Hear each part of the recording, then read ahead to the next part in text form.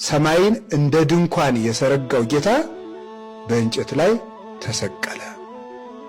ዘከለሉ ለሰማይ በከዋክብት አክሊለ ዘሶክ ተቀጸለ።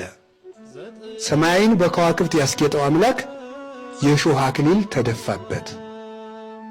ዘይኮንን ዲበ ሕያዋን ወሙታን ቅድመ ጲላጦስ ተኮነነ፣ በጲላጦስ ተፈረደበት። ዘይቀውሙ ቅድሜሁ ሊቃነ መላእክት በፍርሃት ቅድመ ጲላጦስ ቆመ። ሊቃነ መላእክት ፈርተው በፊቱ የሚቆሙለት ጌታ በጲላጦስ ፊት ቆመ። እንዘይክል ከሊአ ኢከልአ ተአገሰ ወወድቀ ወይተሃጉለ በቅጽበት አለመዛቀመ። ምንድነው የሚለው? ያንን ነገር አታድርሱብኝ ማለት ይችል ነበር። ሁሉንም መከራውን ማስቀረት ይችል ነበር።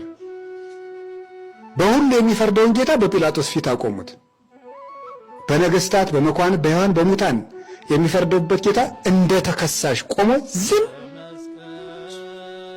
አንዲት ነገር ከምሽቱ ከሐሙስ ማታ 3 ሰዓት እስከ ዓርብ ጠዋቱ 3 ሰዓት ነገር አንዲት ነገር አልመለሰም ጌታ ዝም። ከዚያ በኋላ የዓለምን ኃጢአት ስርየት የሚሰጠውን ጌታ እንደ ኃጢአተኛ ተፈረደበት።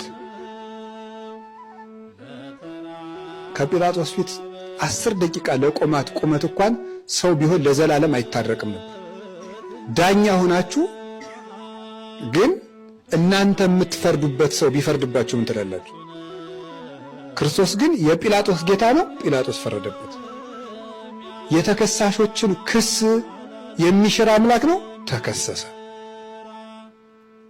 የኃጢአተኞችን ኃጢአት ይቅር የሚል ነው ሲልም እናውቀዋለን። ልጄ ኃጢአትህ ተሰረየችልህ፣ ልጄ ኃጢአትሽ ተሰረየችልሽ፣ እትው በሰላም ሁር በሰላም እትው በሰላም በሰላም ሂድ በሰላም ሂጂ ታድገ ለከ ኃጢአትከ ታድገ ለኪ ኃጢአትኪ ያለ ሲያሰናብት የነበረው ጌታ እንደ ኃጢአተኛ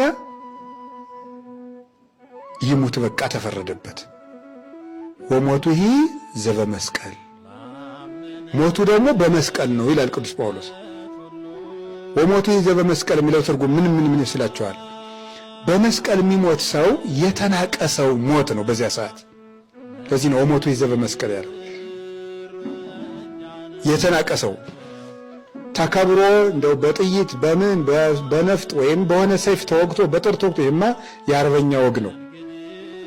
ተሰቅሎ እንጨት ላይ ተንጠልጥሎ የሚሞት ግን የዛን ጊዜ በዚህ ሕግ የመጨረሻውን ውርደት የሰራ ሰው ነው በሮማውያን ሕግ የሚሰቀለው። ያንንም ጭምር ሞተ። ለዚህ ነው አባቶቻችን የክርስቶስን ሞት የሶምሶን የአህያ መንጋጋ ብለው የሚጦሯት። የአህያ መንጋጋ ሰው የሚነቃት ናት። ሶምሶን ሰው በሚነቃት የአህያ መንጋጋ